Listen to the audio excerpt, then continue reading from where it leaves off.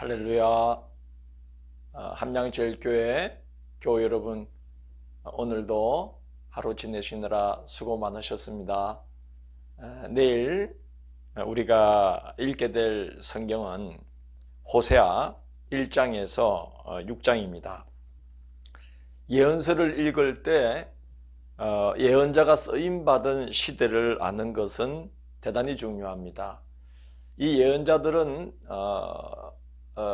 대개 이스라엘이 남북으로 나뉘어서 각기 타락으로 치닫을 때에 하나님께서 예언자들을 보내어 경고하신 말씀이기 때문에 예언자들이 어떤 왕들의 시대에 사역을 했는지를 알면은 그 예언자들의 외침 속에서 그 시대를 향한 하나님의 그 애타는 마음을 우리가 헤아릴 수가 있습니다. 또 예언자의 이름에는 그 예언자의 사역의 성격이 담겨 있는 경우가 많습니다. 예를 들어서 엘리야 그러면 사람들이 여호와가 하나님이신지 바알이 하나님인지 구분을 못하고 살아가던 시대에 엘리야는 야훼 여호와가 엘리 하나님이시다 하는 것을 보여주었죠. 엘리사는 그 엘리야가 드러낸 여호와 하나님, 바로 그 하나님 엘리 하나님이 구원해 주신다. 우리 하나님이 삶의 모든 영역에서 우리를 구원하신다 하는 것을 엘리사가 드러냈습니다. 호세아는 여호수아와 같은 이름이죠. 구원을 뜻합니다. 호세아서는 자기 백성 이스라엘을 구원하시는 하나님의 사랑, 하나님의 구속하시는 사랑을 선포하는 사역을 합니다. 자, 1장을 보면 그 음란한 여자를 아내로 맞이하면서 호세아가 예언자로 세워지게 되는 이야기가 시작됩니다.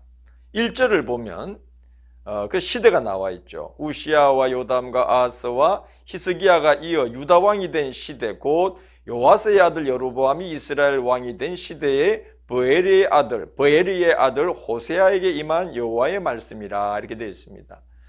남유다 왕국에서는 우시아, 요담, 아하스, 히스기야가 이어서 왕이 되는 동안에 북이스라엘에서는 요아스의 아들 여로보암이 왕으로 있었다는 거죠.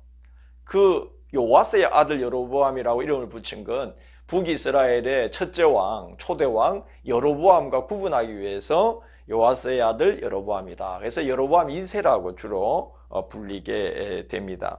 바로 그때 여로보암 2세 때부터 활동을 해서 호세아는 북이스라엘이 기원 전 721년경에 아시리아에 의해서 멸망할 때까지 북이스라엘의 마지막 왕 이름도 공교롭게 호세아입니다. 호세아 왕 때 나라가 멸망할 때까지 쓰임받은 예언자가 바로 호세아가 되겠습니다.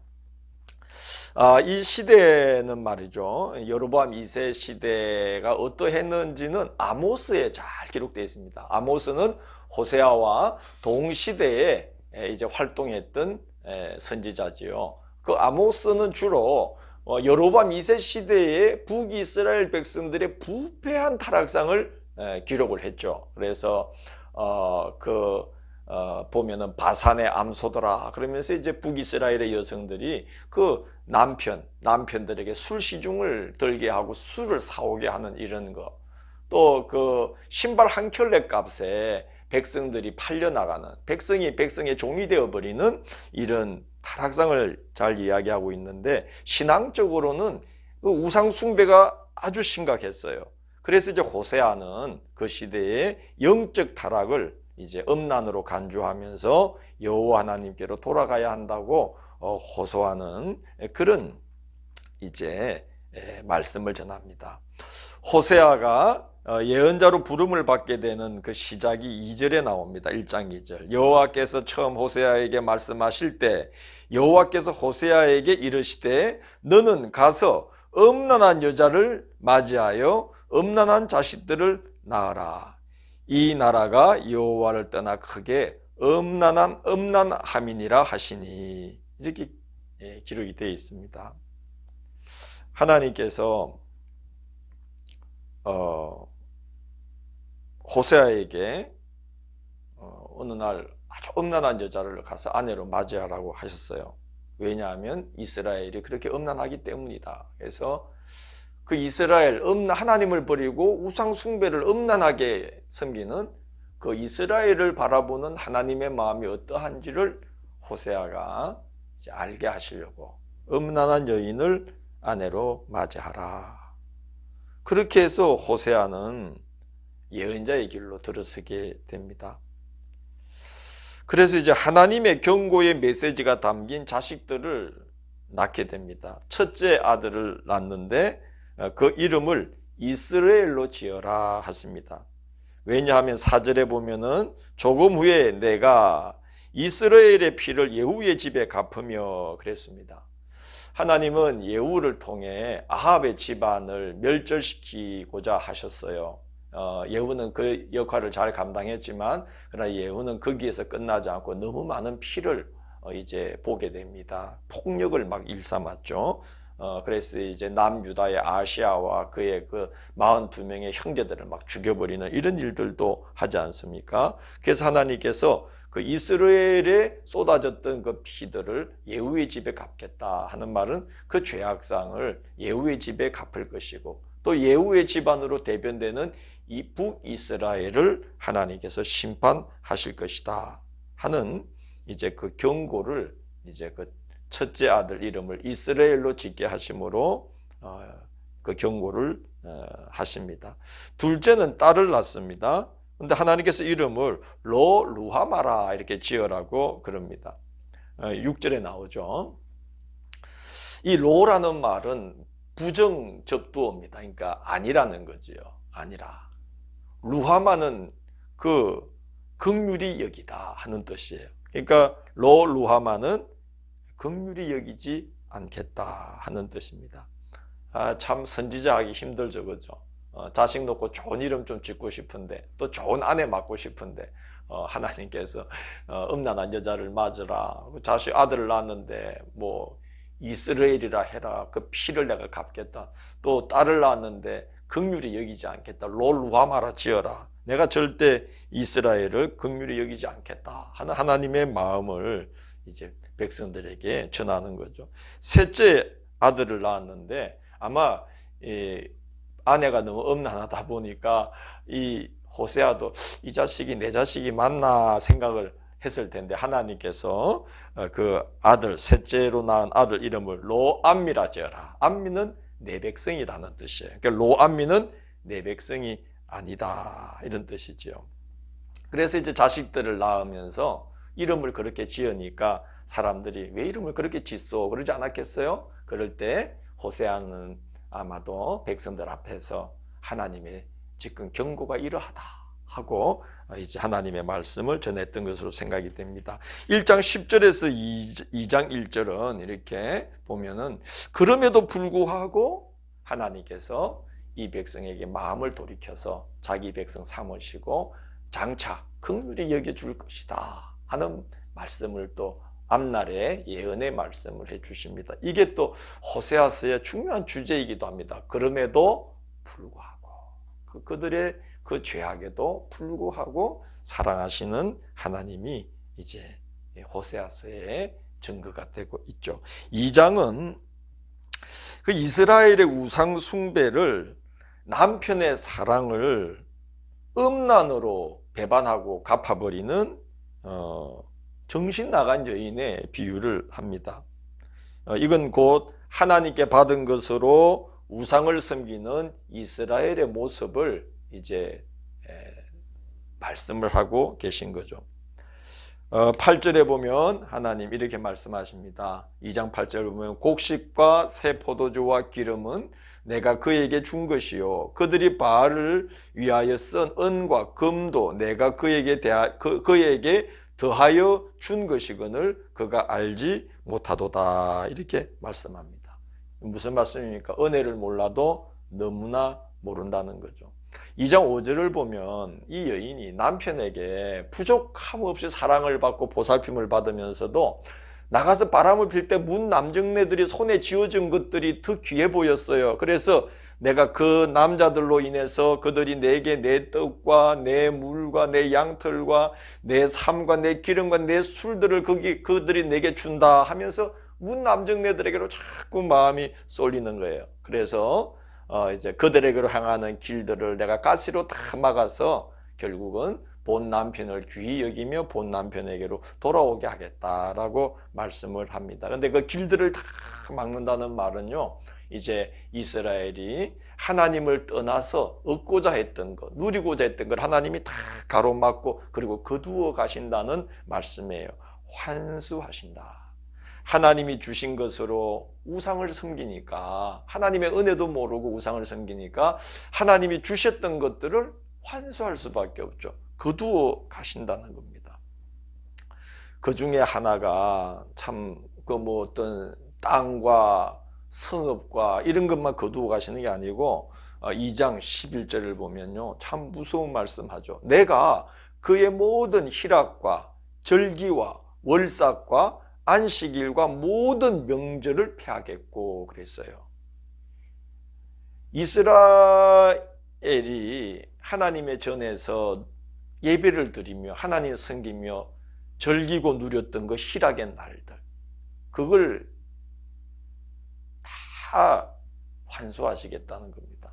그래서 성전도 빼앗기고 절기도 못 지키고 하나님 앞에 제사도 못 드리고 안식일도 없어지고 뭐 이런 이제 날들을 살도록 이제 하겠다. 그래서 그동안 이스라엘이 하나님께 받은 은혜, 특별히 영적으로 하나님을 섬길 수 있는 그 은혜가 얼마나 큰 은혜였던지를 내가 알게 하겠다 하시는 겁니다. 그러나 호세아의 중요한 주제처럼 그럼에도 불구하고 이스라엘을 향한 사랑을 끊지 못하시는 하나님이십니다.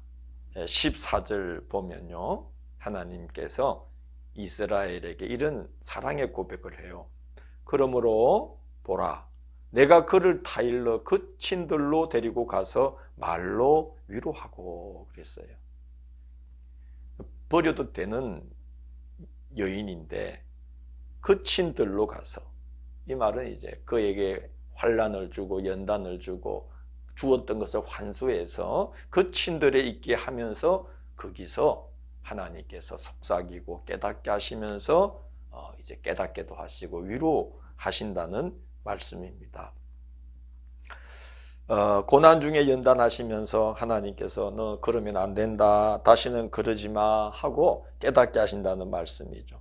19절 보면 더 정말 기가 막힌 말씀을 합니다. 2장 19절, 내가 너에게 장가들어 영원히 살되 공의와 정오와 은총과 긍휼이 여김으로 내게 장가들며 진실함으로 내게 장가들리니 내가 여호와를 알리라. 바람난 아내를 버려도 마땅하지만 내가 아주 진실한 마음으로 너의 남편이 되어주겠다는 거예요. 그래서 네가 내 마음, 내 사랑 알게 하겠다는 거죠. 그것처럼 하나님께서 이스라엘을 이제 사랑하셔서 내 사랑이 어떠한지 여호와 하나님을 알게끔 하시겠다. 참 하나님께서 뭐가 답답하다고 그러죠? 또 이스라엘이 뭐가 예쁘다고 그러시는지 모르겠어요. 그런데 그게 사랑인 것 같습니다. 또 그 하나님의 사랑 때문에 우리가 지금까지 이렇게 하나님의 은혜 안에서 살고 있다고 생각이 됩니다. 참 그럼에도 불구하고 사랑하시는 하나님이 이 장에 이렇게 기록이 되어 있습니다. 3장은 아주 매우 짧은 본문이죠. 그런데 그 하나님의 구속하시는 사랑이 너무나도 분명하고도 강렬하게 예시되어 있는 말씀입니다. 그래서 3장의 주제는 구속입니다. 구속. 이게 이렇게 하는 구속이 아닙니다. 이제 그 1절을 보면 이스라엘을 향한 하나님의 사랑이 이렇게 고백되고 있습니다. 여호와께서 내게 이르시되, 이게 내라는 말은 호세아에게 말씀한 거죠. 이스라엘 자손이 다른 신을 섬기고 금포도 과자를 즐길지라도, 이 말은 뭐냐 하면은 바알의 신전, 아세라의 신전에 가서 거기서 금포도 과자를 먹으면서 아주 음란을 행하면서 바알과 아세라를 갖다가 서로 만나서 기쁘게 해야 비가 내린다고 믿었거든요. 그래서 거기서 금포도 과자 먹고 남녀가 음란한 행위를 하면서 바알과 아세라를 만나는 종교 행위를 한다고 생각을 했던 거예요. 그렇게 음란하고 그렇게 타락한 그 신앙이 되었는데 하나님 이런 말씀하셔요. 여호와가 그들을 사랑하나니, 그럴지라도 여호와가 그들을 사랑하나니 너는 또 가서 타인의 사랑을 받아 음녀가 된 그 여자를 사랑하라 하시기로. 이 말씀은 뭐냐 하면 참 그럼에도 불구하고 사랑하시는 그 하나님의 마음을 이제 네가 알아야 된다. 그래서 너 가서 타인의 아내가 되어버린 그 음녀가 된 그 여자를 사랑하는 마음으로 데리고 오라고 하신 거예요. 그래서 2절에 보면 내가 은 15개와 보리 한 호멜 반으로 나를 위하여 그를 사고 그랬어요. 자기 아내였잖아요, 이 고멜이. 근데 바람을 피고 이 남자 저 남자에게로 전전하다가 이제는 어느 한 남자의 몸종이 되어버린 거예요. 그래서 이 여자를 다시 데리고 오려면은 값을 치러야 돼요. 자기 것이었는데 값을 다시 치르고 자기 소유로 다시 삼는 것을 구속이라고 그럽니다. 리딤션이라고 이제 영어로 말하는데요. 다시 건져서 거기서 건져내어 주는 거예요. 리딤션. 다시 건져내어 주는 거예요. 그래서 자기 것 삼는 거. 그게 우리 그 기독교 신앙의 용어로 구속, 대속이라고 말하는 겁니다. 그래서 그 은 15개와 보리 한 호멜 반으로 자기 아내였던 자를 다시 자기 아내로 데려오려고 몸값을 치러요. 보리 한 호멜 반이 은 15냥이 나갔었습니다. 그러니까 은 30냥으로 데려온 거죠. 몸종, 노예의 값, 몸값이 은 30냥 아닙니까? 예수님 십자가에 달리도록 그 가룟 유다가 팔았을 때에 성전의 제사장들이 은 30냥을 가룟 유다에게 주어요. 예수님을 참 그렇게 정말 모욕한 거죠. 종의 몸값으로 예수님을 넘기고 또 예수님을 종의 몸값으로 이렇게 치러줬다는 거예요. 그리고 나서 3장 3절 보면 이 호세아가 아내를 데려다 놓고 이렇게 말합니다. 3절에 보면 그에게 이르기를 너는 많은 날 동안 나와 함께 지내고 음행하지 말며 다른 남자를 따르지 말라. 나도 내게 그리하리라 하였노라. 그냥 막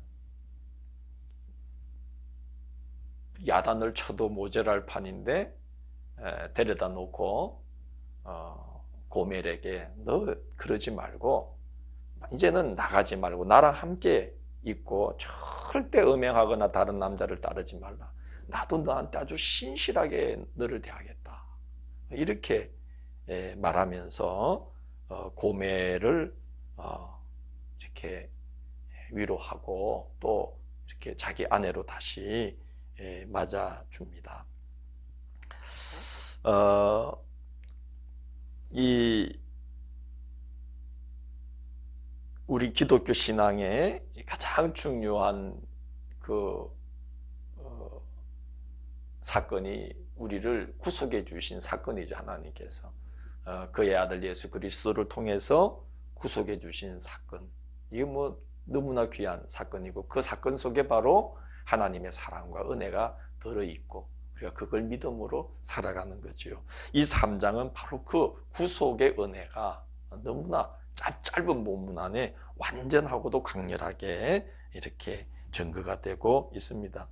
구속하실 뿐만이 아니라 연단을 통해서 새롭게 하실 거라고 말씀합니다. 그게 4절, 5절 말씀이에요. 장차 있을 일들이죠.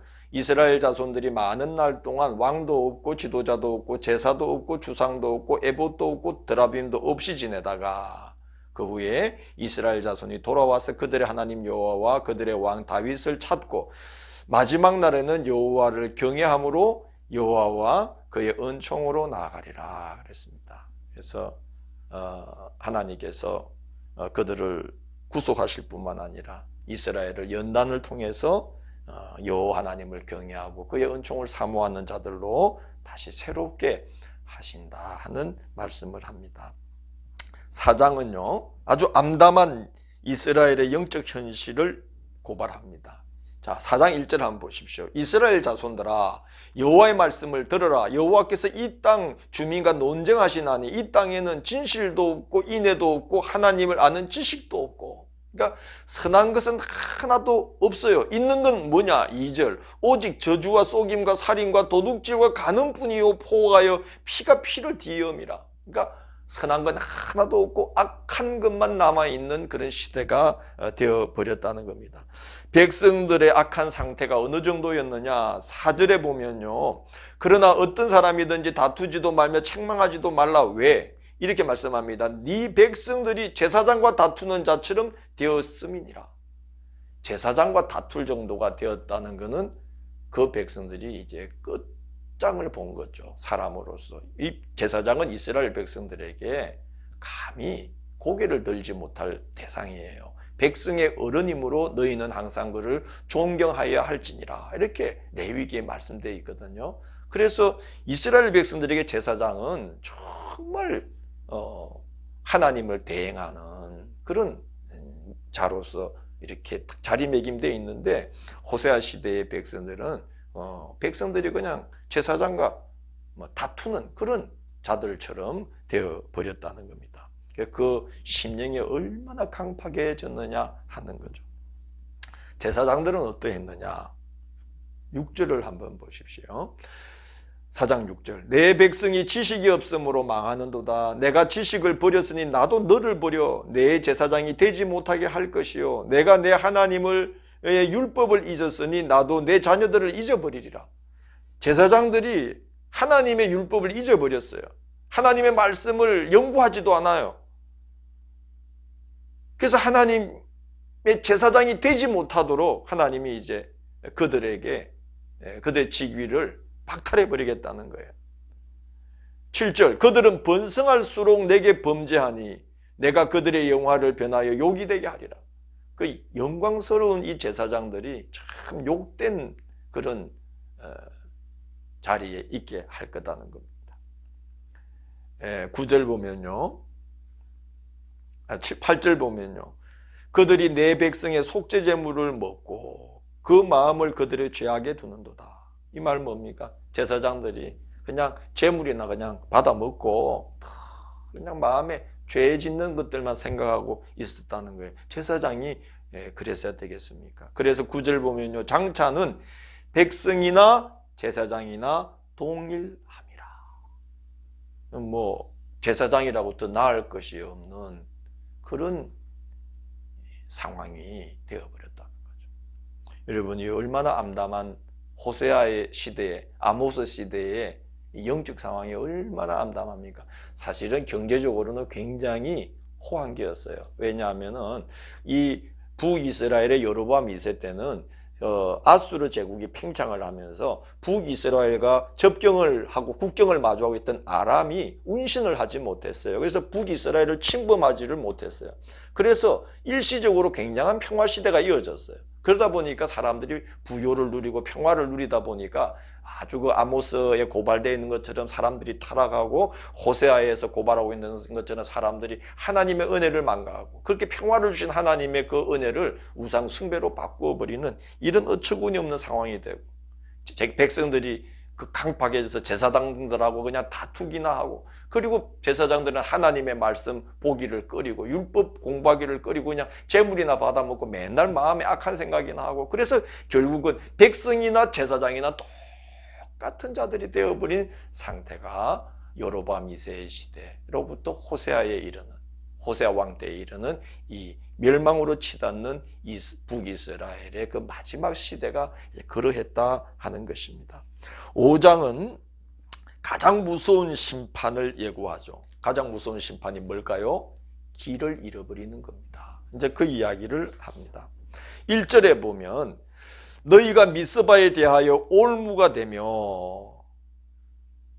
5장 1절 뒷부분이죠. 너희가 미스바에 대하여 올무가 되며 다볼 위에 친 그물이 됨이라 그랬습니다. 이 말 뭡니까? 이 북이스라엘이 서로가 서로에게 올무와 그물이 된다는 거예요.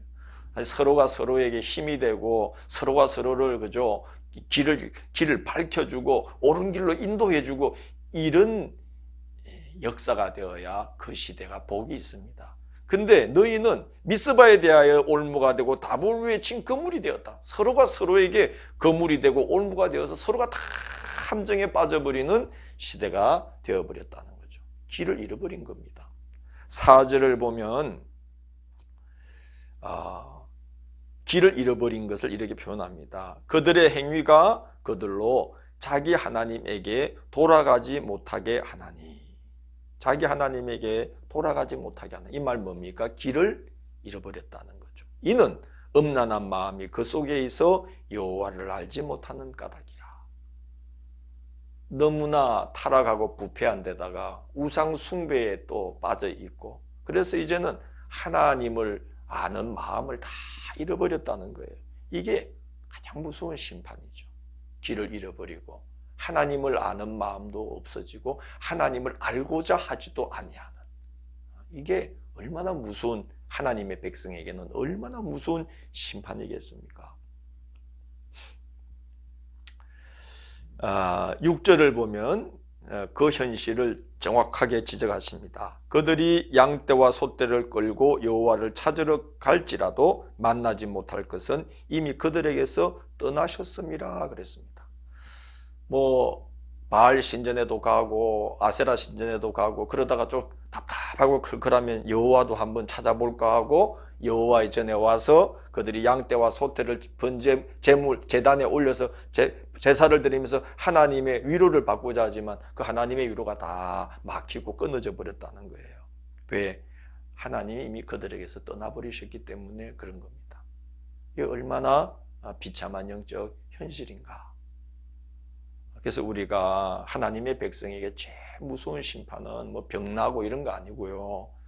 하나님을 알지 못하고 그리고 하나님을 알고자 하는 마음도 없어져 버리고 그래서 어쩌다가 좀 답답해서 하나님을 찾기는 찾는데 하나님으로부터 위로를 받지 못하는 길이 다 막혀버리고 길을 잃어버리는 이것이 바로 하나님의 백성에게 주어지는 최고 무서운 심판이다. 참 무서운 벌이다 하는 생각이 듭니다. 6장은 호세아의 주 중에 하나가 뭐라 그랬습니까? 그럼에도 불구하고 이 백성을 버리지 못하시는 하나님의 마음이 나타납니다. 호세아를 통해서 나타나죠. 호세아가 백성들에게 막 호소합니다. 6장 1절 오라 우리가 여호와께로 돌아가자. 여호와께서 우리를 찢으셨으나 도로 낫게 하실 것이요 우리를 치셨으나 싸매어 주실 것입니다. 호세아는 하나님을 알잖아요. 자기가 그 고멜 같은 여자를 데려오고 하면서 용서해주고 하면서 하나님 마음을 알게 됐거든요. 이스라엘을 향한. 그래서 알기 때문에 호소하는 거죠. 우리가 아무리 그렇게 범죄했어도 우리가 하나님께로 돌아가면 하나님은 우리를 받아주시고 지금 우리의 상처, 이 우리의 그 삶의 곤고함을 하나님이 다 고쳐주시고 싸매주신다. 회복시켜주신다. 답이 하나님께로 돌아가는 데 있다 하는 것을 호소합니다.